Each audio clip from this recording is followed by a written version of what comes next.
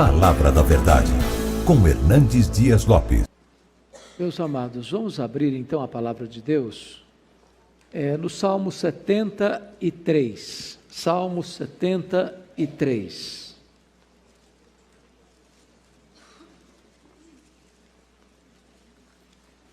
Salmo de Asaf.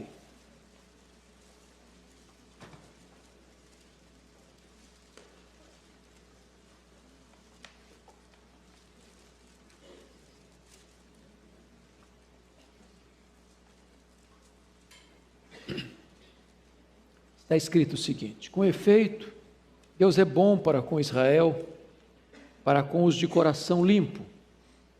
Quanto a mim, porém, quase me resvalaram os pés. Pouco faltou para que se desviasse os meus passos. Pois eu invejava os arrogantes ao ver a prosperidade dos perversos. Para eles não há preocupações. O seu corpo é sadio e nédio. Não partilham das canseiras dos mortais, nem são afligidos como os outros homens. Daí a soberba que os cinge como um colar, e a violência que os envolve como um manto.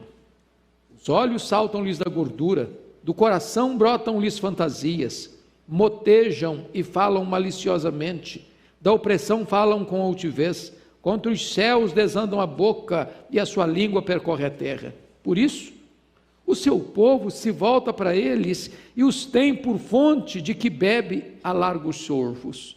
E diz: como sabe Deus? Acaso há conhecimento no Altíssimo? Eis que são estes os ímpios, e sempre tranquilos aumentam suas riquezas.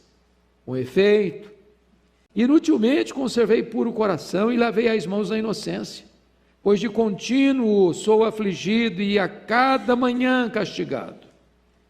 Se eu pensar em falar tais palavras, já aí teria traído a geração de teus filhos. Em só refletir para compreender isso, achei muito pesada tarefa para mim, até que entrei no santuário de Deus e atinei com o fim deles. Tu certamente os pões em lugares escorregadios e os fazes cair na destruição, como ficam de súbito assolados, totalmente aniquilados de terror.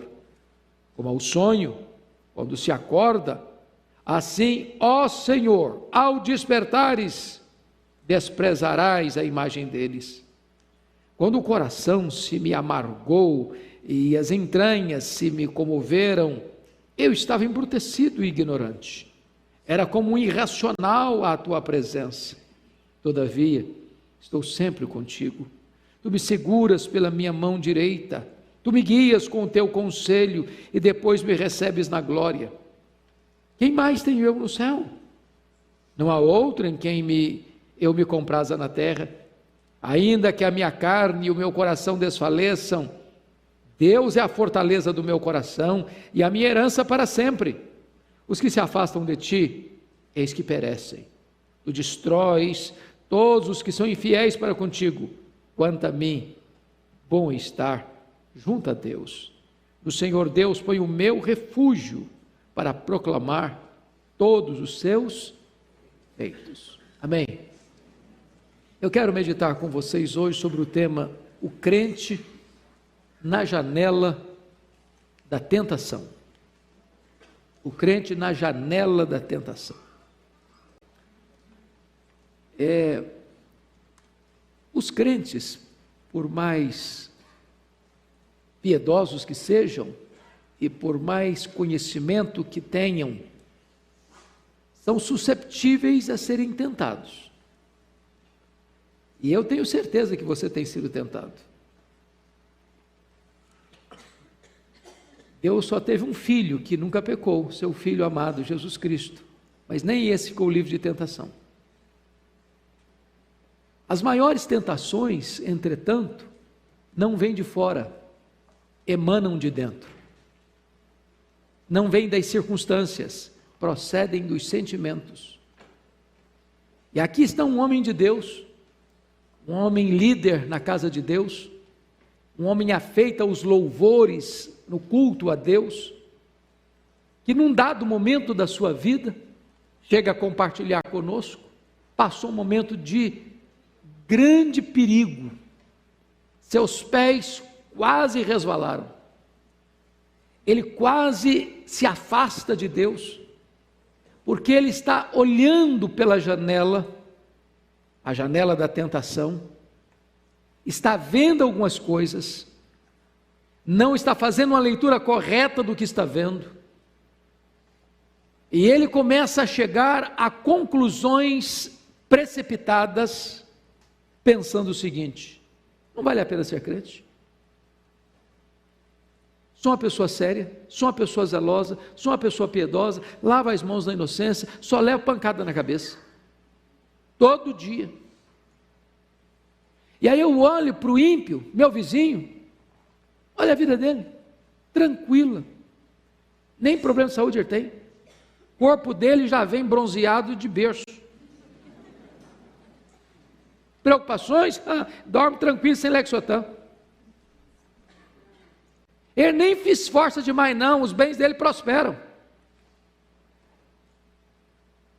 O cara só fala bobagem, mas olha aí, todo mundo incensa esse cara, aplaude, segue, elogia, e eu aqui, levando Deus a sério, estou sendo duramente provado cada manhã.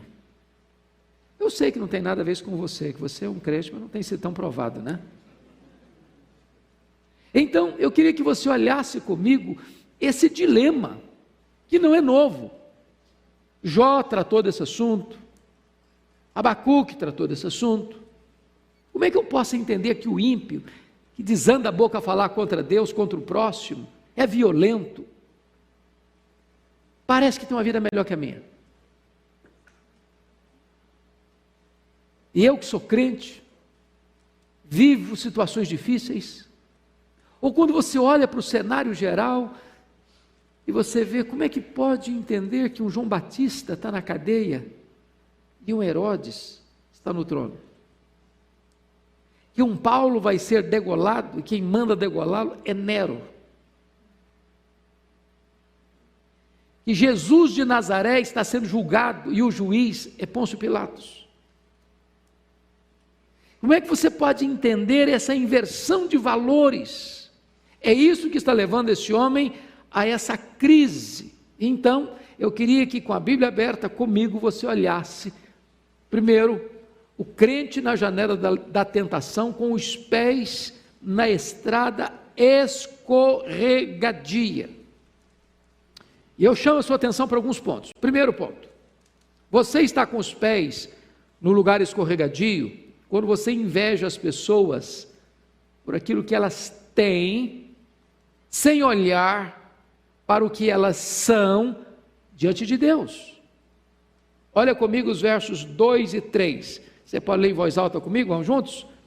Quanto a mim, porém, quase me revelaram aos pés, pouco faltou para que se desviasse os meus passos, pois eu invejava os arrogantes ao ver a prosperidade dos perversos. Então veja você que é crente está aqui, muitos de vocês aqui trabalham penosamente, levantam de madrugada, pegam a condução, às vezes 2, trabalham o dia inteiro, voltam para casa já tarde da noite, assim, fazendo muito esforço para empatar o jogo, para pagar suas contas, para botar seus filhos na escola, para no mínimo ter um plano de saúde razoável. E quando você dá conta do recado, já é um herói.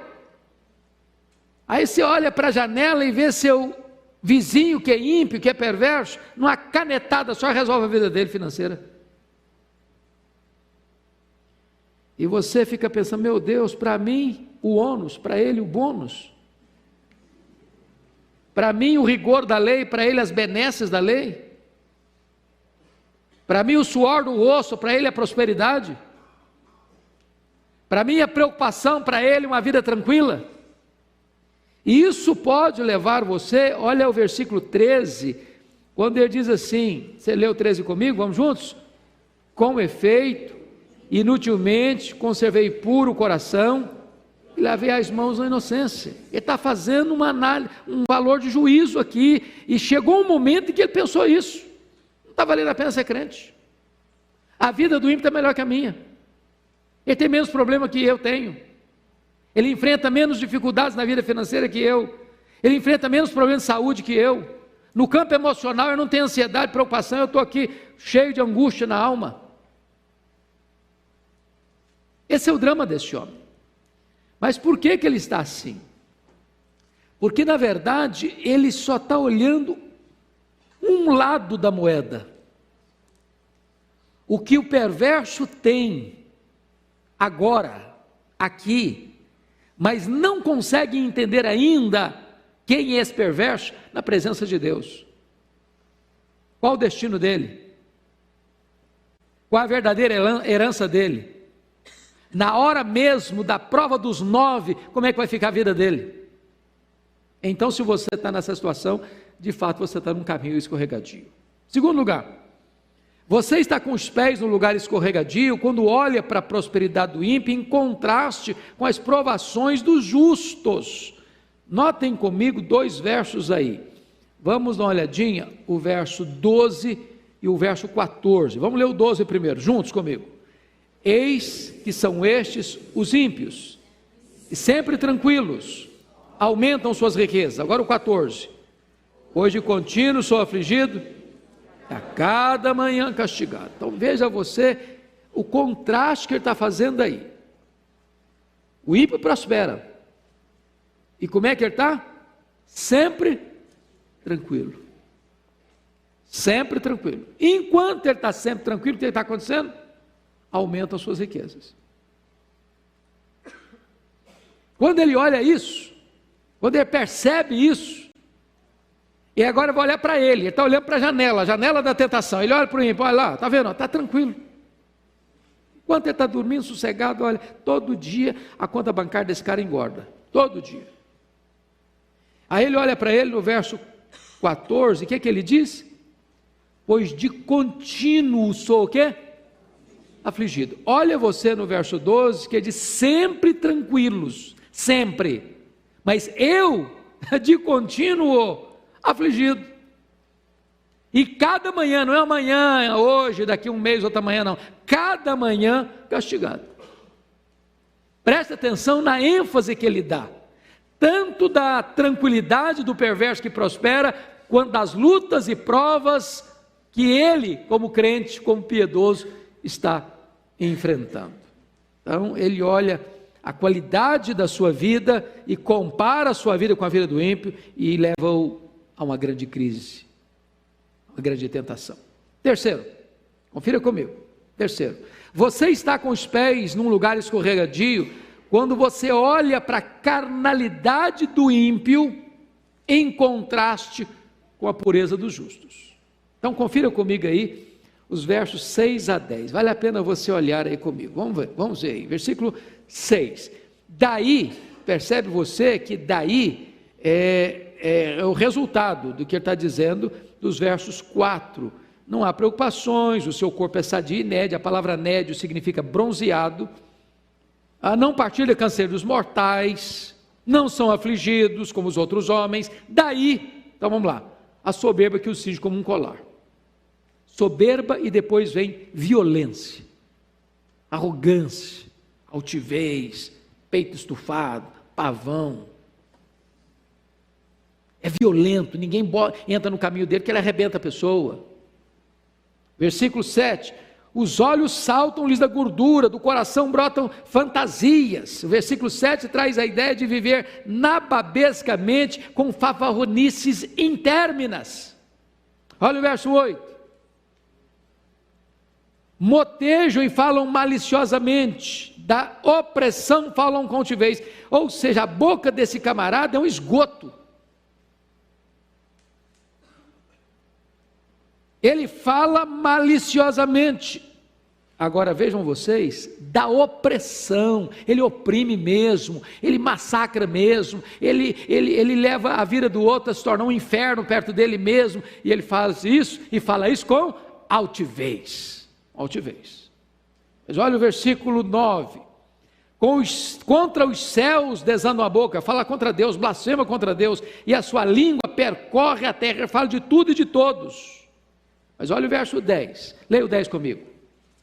Por isso, o seu povo se volta para eles e os tem por fonte de que bebe a largos soros. É o cara, entendeu? Quando ele escreve um artigo, todo mundo lê. Pode ser a coisa mais esdrúxula, pode ser os valores morais mais terríveis, o povo bate palma. Isso aqui que é uma pessoa maravilhosa.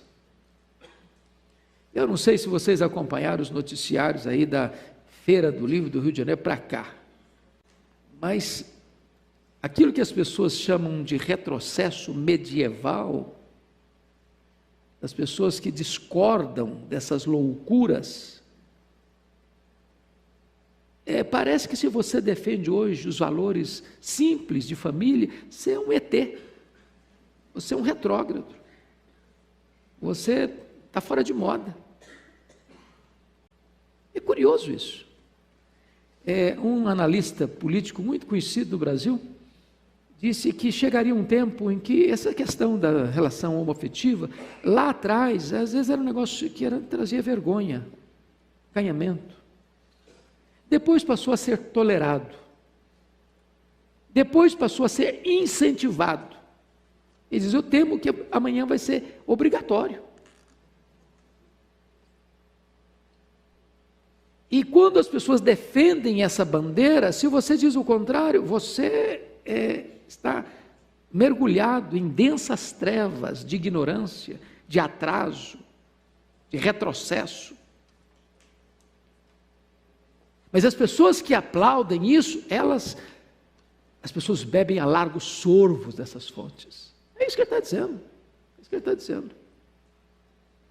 Em comparação com a carnalidade do ímpio, ele contrasta a pureza dele. Você pode ler o 13 de novo, vamos lá? Com efeito, inutilmente, quando você veio puro o coração, lave as mãos na inocência.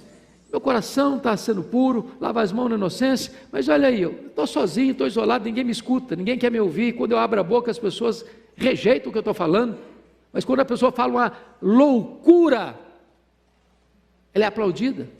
É isso que está fazendo, essa leitura que ele está fazendo, está levando a um lugar escorregadio. Mas veja em quarto lugar, você está com os pés no lugar escorregadio, quando você olha para as blasfêmias dos ímpios em contraste com a linguagem santa dos justos. Irmãos, prestem bem atenção no que ele está dizendo no verso 9 e 10, 8 e 9, dizendo melhor. Motejam e falam maliciosamente, da opressão falam com altivez, contra os céus desanda a boca e a sua língua percorre a terra. Agora olha o contraste que ele faz com o servo de Deus, o piedoso. Versículo 15, vamos lá? Se eu pensara em falar tais palavras, já aí teria traído a geração dos teus filhos. O ímpio fala o que quiser falar, as maiores loucuras. O povo aplaude, o povo bebe a largos sorvos. O piedoso, o justo, ele não pode nem abrir a boca para falar das tensões do coração dele. Tem coisa que você sente, você não deve falar não. E se você abrir a boca, vai ser motivo de tropeço para muita gente. Você vai trair a geração dos seus irmãos. Você vai concorrer para que alguém entre também na mesma crise que você está vivendo. Enquanto o ímpio fala, o piedoso nem falar deve dos dramas que ele tem no seu coração. Esse é o contraste que está levando este homem a ficar na janela da tentação.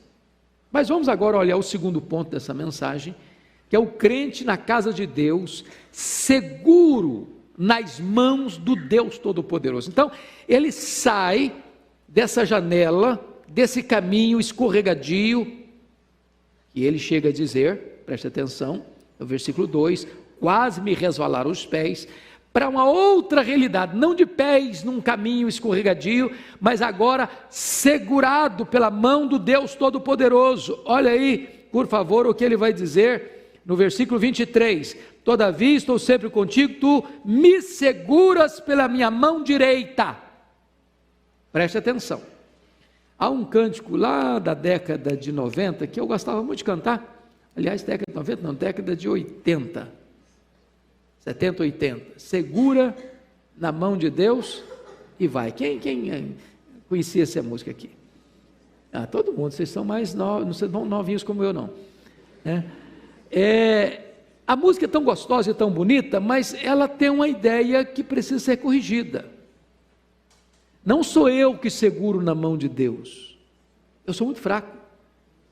Quando eu seguro, corro o risco de fraquejar e abrir a mão. Agora o texto está nos dizendo que é Deus quem me segura, é Ele quem me segura. Então ele está contrastando o que ele falou antes de pés quase resvalando, para uma outra realidade agora, onde o próprio Deus vem e segura sua mão direita, e ele não larga, porque o verso 24 diz que ele guia você com o seu conselho, e ele conduz você então até onde?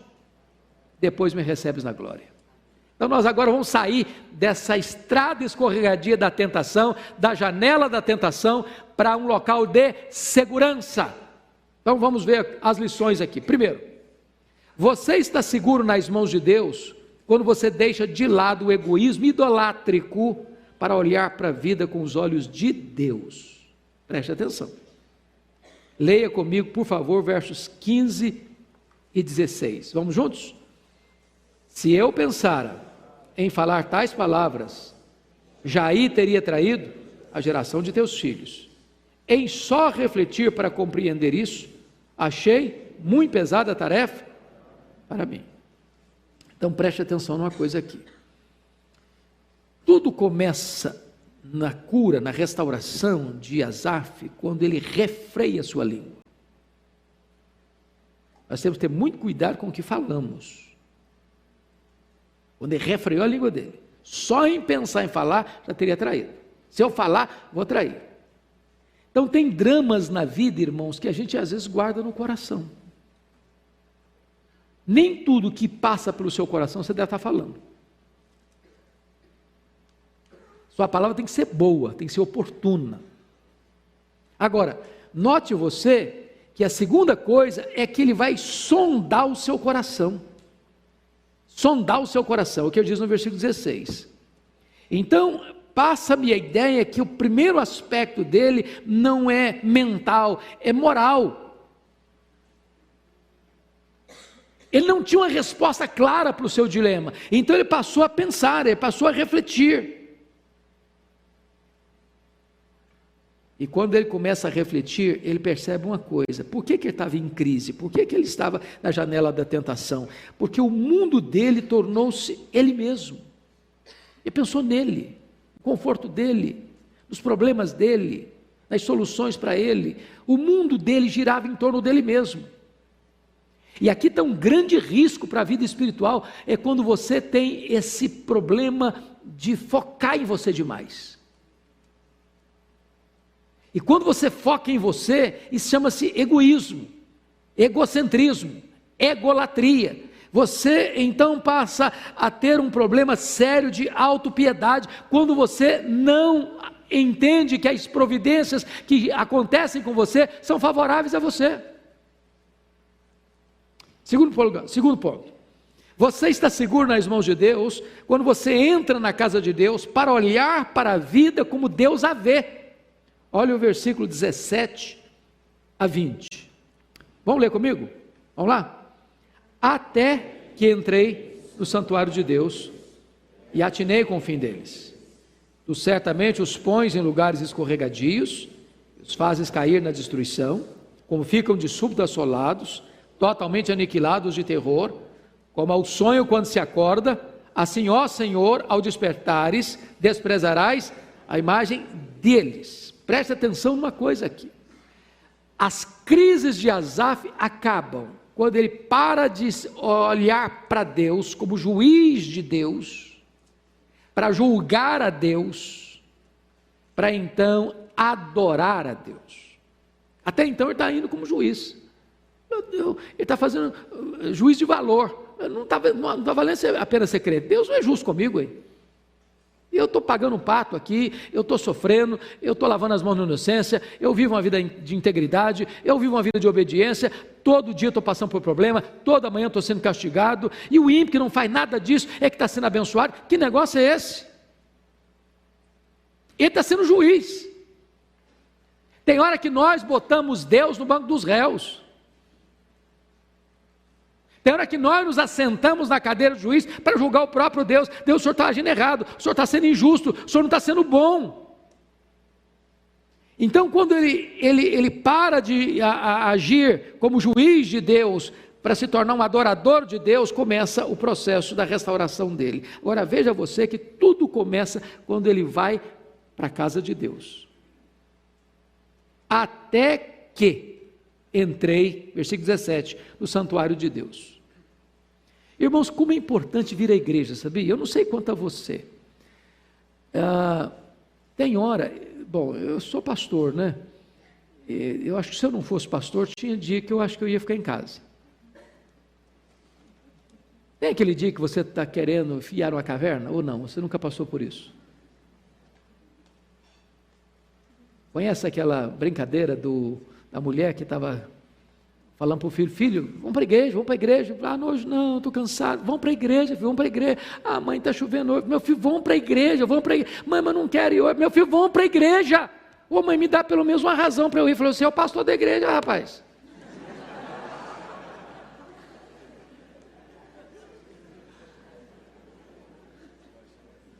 Agora, preste atenção. Esse homem está em crise, até que ele entra no santuário de Deus. Então você tem que vir para a igreja, com vontade, sem vontade, meio doentinho, dor de cabeça, enxaqueca, preocupado, problema em casa, problema no trabalho. Porque quando você vem para a casa de Deus, é o lugar que você escuta a palavra de Deus, onde você passa a adorar a Deus, onde o nevoeiro das tentações começa a ser dissipadas. Seu pé já deixa de ficar numa casca de banana, e você sente a mão de Deus segurando você. Você passa a ter uma nova cosmovisão, uma nova compreensão das coisas. Então preste atenção, que ele entra na casa de Deus, e tem uma palavra muito importante aí no verso 17, que diz assim: então eu atinei com o fim deles. Veja vocês, amados irmãos, que ele tem uma compreensão, ele encontra Deus, ele encontra com seus irmãos, ele começa a perceber que outras pessoas estão passando pelas mesmas luzes que ele está passando, e aqui tem algo maravilhoso, é que ele passa a entender. A palavra atinei, ele está dizendo, eu compreendi. Porque às vezes as pessoas pensam que culto é uma bênção só quando ele tem um calafrio na espinha. Ele tem uma experiência emocional. Hoje o culto foi uma bênção. Porque eu chorei muito. Falei, ok, chorou, tem uma bênção sim chorar. Mas o que você compreendeu? O que você entendeu?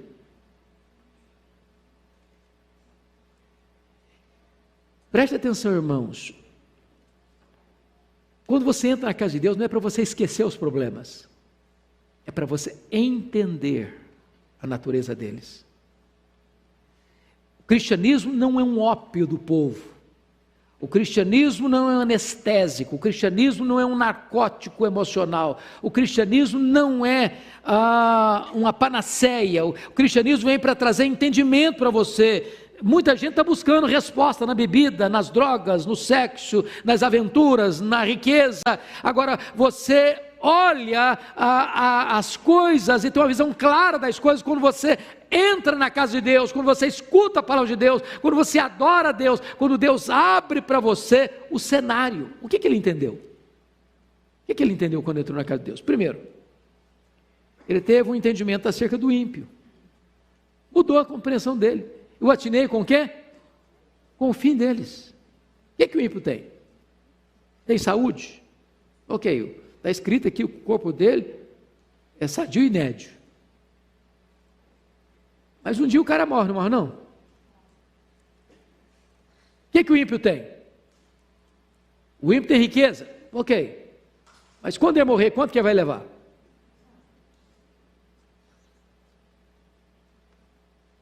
É igual o menino que chegou para o pastor e disse: pastor, quando eu crescer,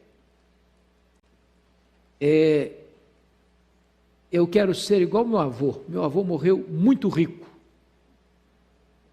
Eu falei: meu filho, então você não devia ser igual ao seu avô não, porque morreu pobre. Ninguém morre rico. Não tem gaveta em caixão. Não tem caminhão de mudança em enterro. Você não leva um centavo. Atinei com o fim deles.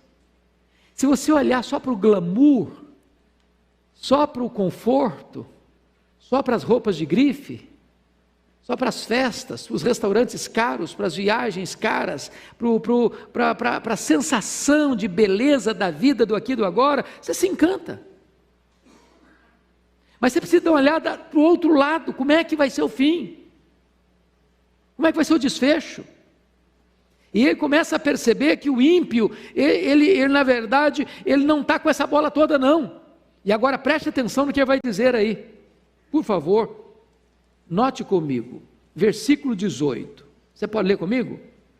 Tu certamente os pões em lugares escorregadios, os fazes cair na destruição. Quem é o agente dessa ação aqui? Deus. Ele começa a compreender algo tremendo. É que o ímpio, quando está lá no topo, é o próprio Deus que o bota num lugar alto para ele escorregar. E quando ele escorregar, ele vai cair aonde? Na destruição. Então preste atenção nisso, que Deus exerce o seu juízo até nisso. Para que o ímpio entenda que a destruição dele vai ser repentina. Na linguagem de Daniel 12:2, os ímpios vão despertar para vergonha e horror eterno. E na palavra de Jesus vai ser: apartai-vos de mim, nunca vos conheci. Mas o que ele vai atinar, o que ele vai compreender quando ele entra na casa de Deus? Olha comigo, que ele vai ter uma compreensão de Deus. Porque ele chegou a questionar Deus no versículo 13. Com efeito, inutilmente conservei o coração puro e lavei as mãos da inocência. Mas ele vai compreender primeiro o poder de Deus no versículo 18. Tu certamente os pões, é Deus quem põe em lugares escorregadios, é Deus quem faz o ímpio cair na destruição. Mas ele vai compreender outra coisa, a justiça de Deus no verso 19. Como ficam de súbito assolados, totalmente aniquilados de terror. Como é que vivia o ímpio antes? Preste atenção. Preste atenção. Como é que ele vivia? Olha aí, versículo de número 6, ele fala com soberba, ele é violento, ele fala mal, ele desanda a boca contra Deus, a língua dele percorre a terra. Ele faz o quê? Ele não teme nada, porque olha a afronta que ele faz com Deus no versículo 11, e diz: como sabe Deus? Acaso há conhecimento no Altíssimo?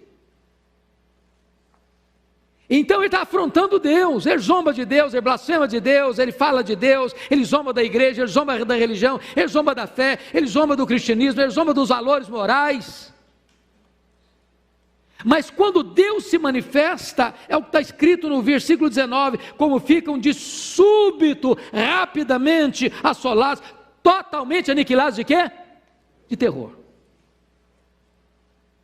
Então ele tem uma nova compreensão. Mas mais, irmãos, preste atenção, que ele vai ter uma compreensão no versículo 20, que me encanta essa figura. Você pode ler o 20 comigo?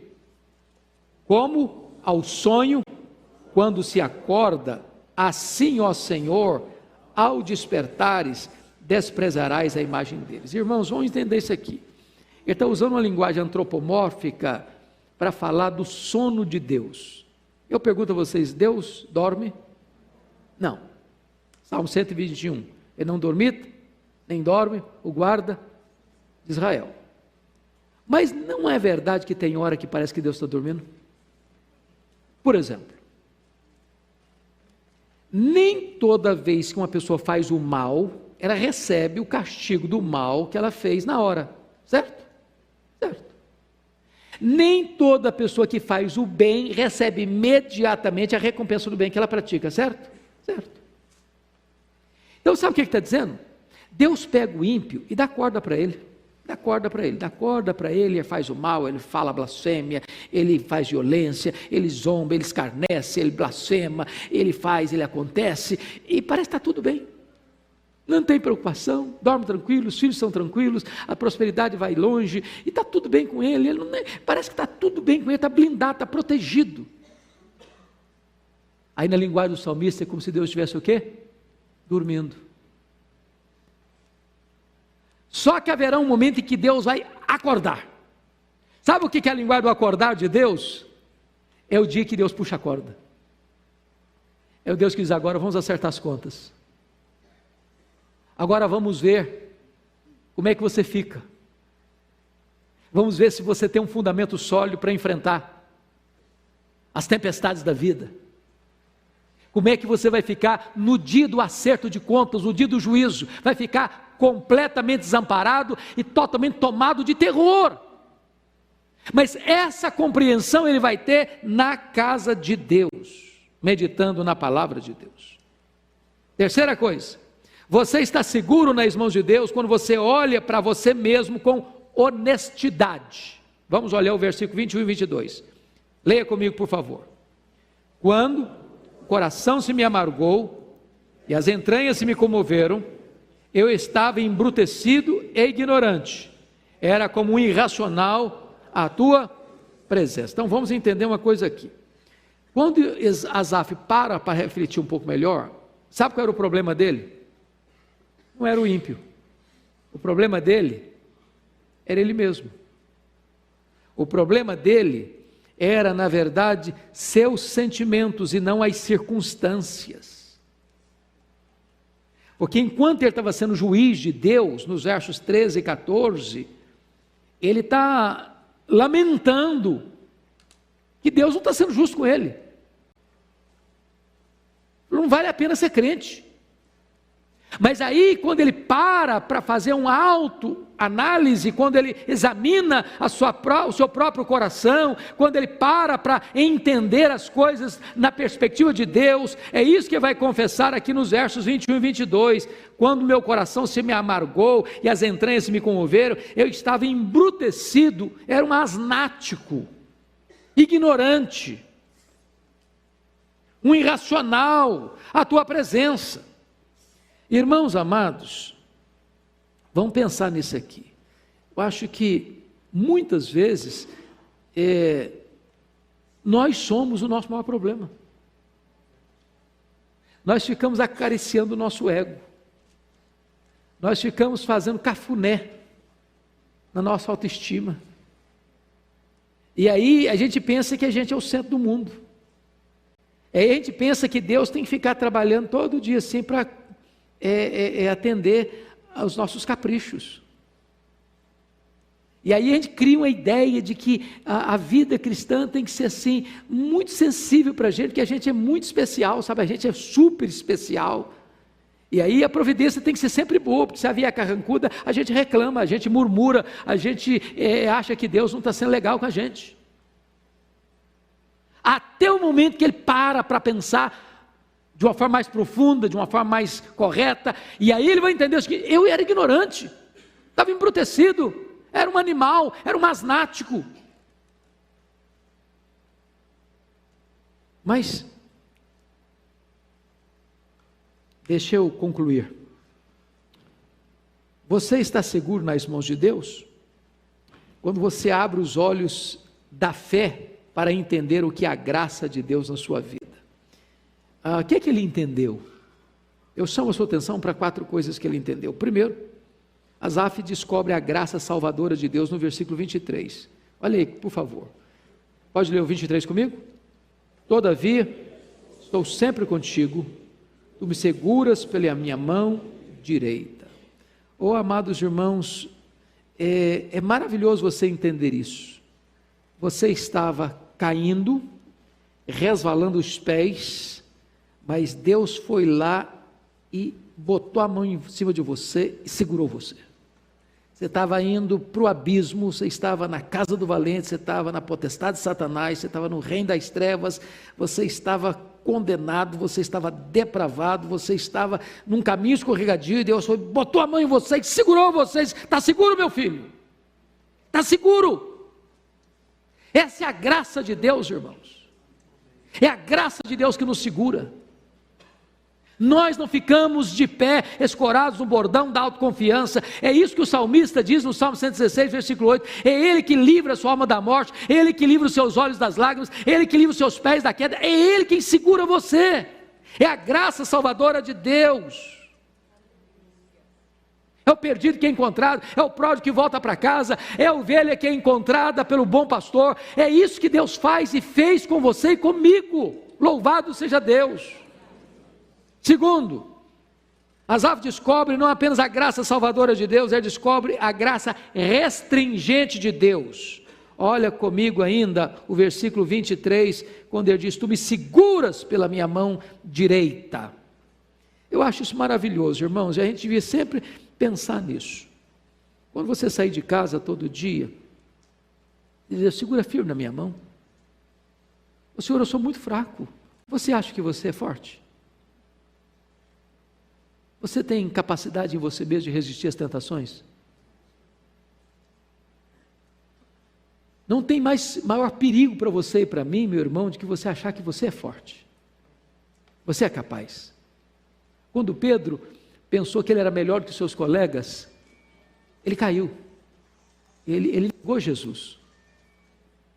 Você dizer: Senhor, eu sou muito fraco, Senhor, eu não consigo resistir, eu não tenho poder em mim mesmo, mas Senhor, segura a minha mão, segura a minha mão. Igual aquela menininha que, numa família de nenhuma pessoa convertida, e a menina se converteu ainda na fase antes da adolescência, e alguém querendo complicar a vida dela, criar dificuldades para ela, e perguntou para ela: mas vem cá, e se o diabo chegar e bater na sua porta, o que você vai fazer? Ela, com a mente infantil, disse: eu vou pedir Jesus para vir abrir a porta e atender.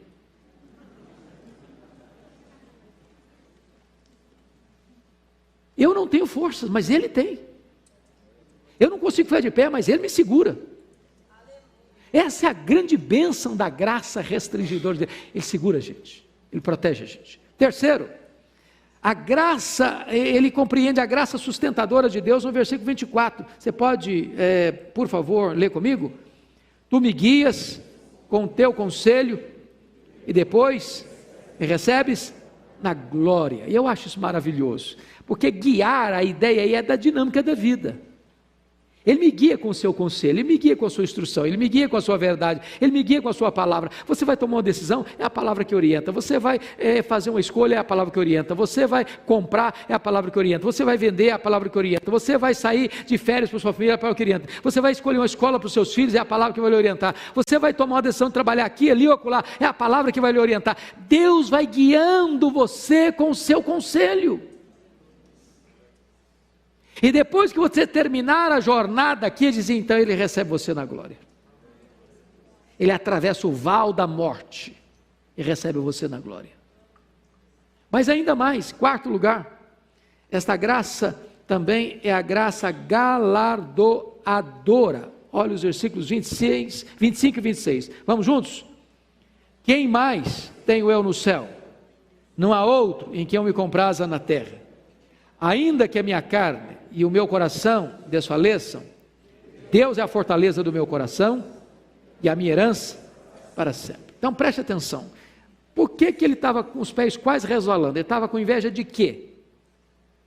De que ele estava com inveja? Da prosperidade do ímpio.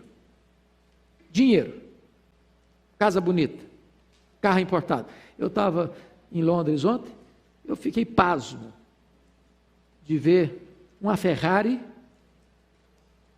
de 2 milhões bordejada de brilhantes. Aí você chega de Fusquinha, Fiat Uno, aí o cara enche os olhos: puxa vida, nem qualquer um consigo ter um troço desse. E aí ele estava com inveja do ímpio, quase resvalando os pés, com dor de cotovelo. Quantos crentes aí lendo Forbes, caras. O cara tem jatinho, tem mansões, tem iates, etc. Mas agora ele começa a entender outra coisa. O que ele começa a entender? Ele começa a entender quem mais tem eu no céu. Não há outro em que eu me compraza na terra. Sabe qual é a herança dele? A riqueza dele? É o próprio Deus. Você tem Deus, você tem tudo. Você tem o dono, você tem tudo que é do dono. Você é herdeiro dele, você é co-herdeiro com Cristo.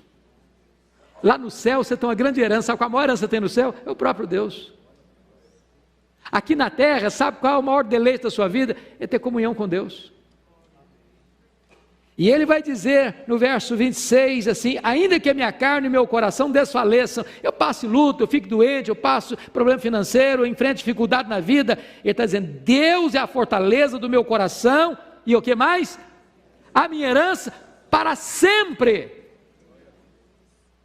É compreensão, irmãos, é entendimento espiritual, é fazer a leitura da vida com os óculos de Deus, com as lentes de Deus, com a perspectiva de Deus.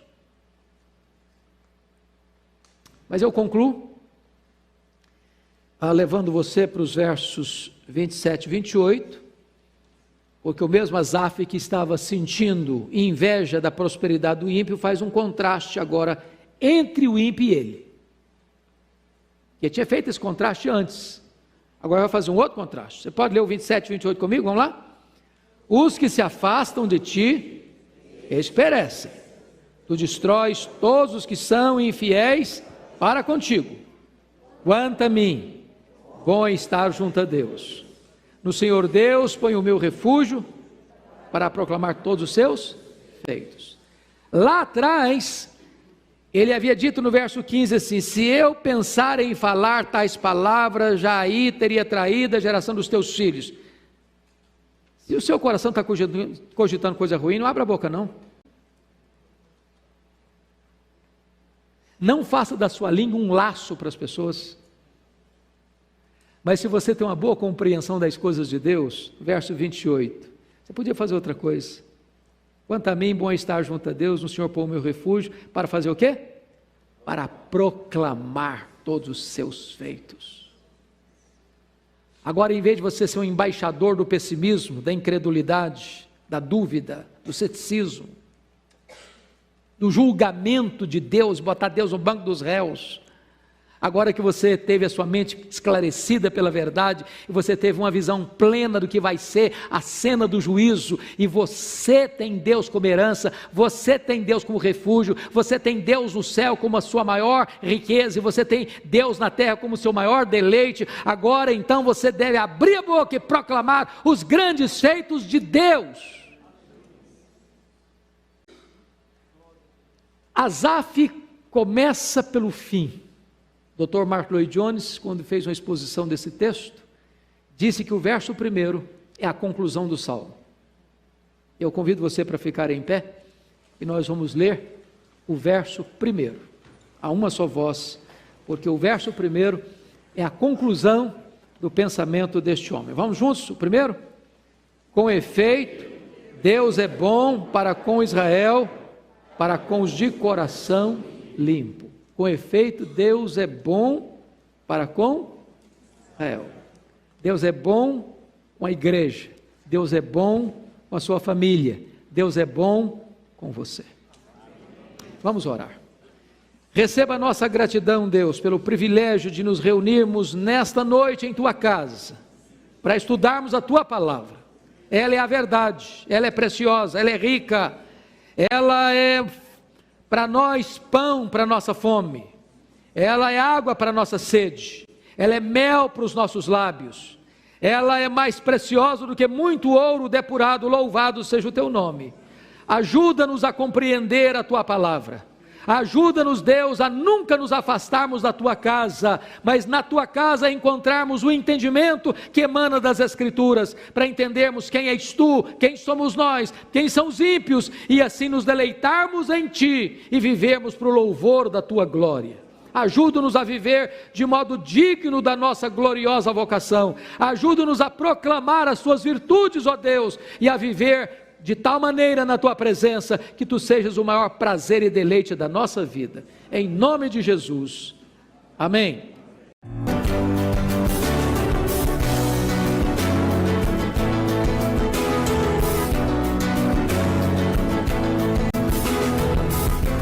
Palavra da Verdade, com Hernandes Dias Lopes.